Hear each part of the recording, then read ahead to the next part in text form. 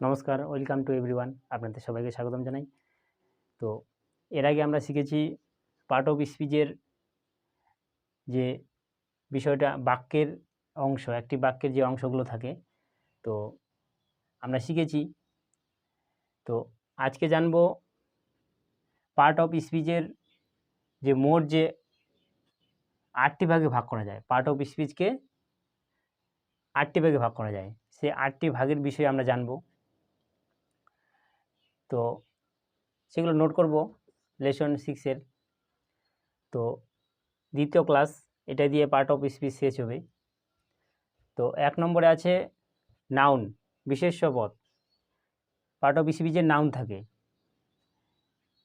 যে এর আগে যেমন শিখিয়েছি যে একটা বাক্যে পার্ট থাকে। তো 2 নম্বরে আছে প্রোনাউন, প্রোনাউন সর্বনাম পদ। 3 নম্বরে আছে এডজেক্টিভ, বিশেষণ পদ, এগুলো থাকে। 4 নম্বরে আছে ভার্ব, ক্রিয়া। 5 নম্বরে থাকে অ্যাডভার্ব, ক্রিয়া বিশেষণ পদ। 6 নম্বরে আছে প্রিপোজিশন,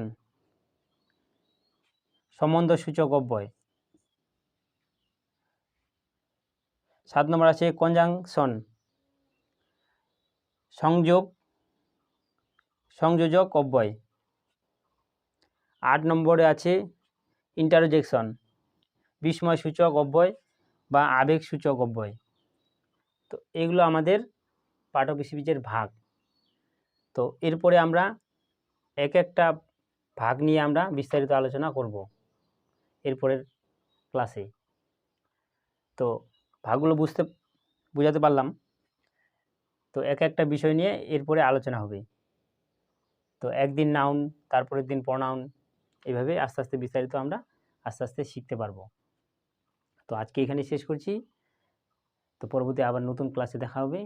ভালো থাকবেন, সুস্থ থাকবেন। জয় হিন্দ, জয় ভারত।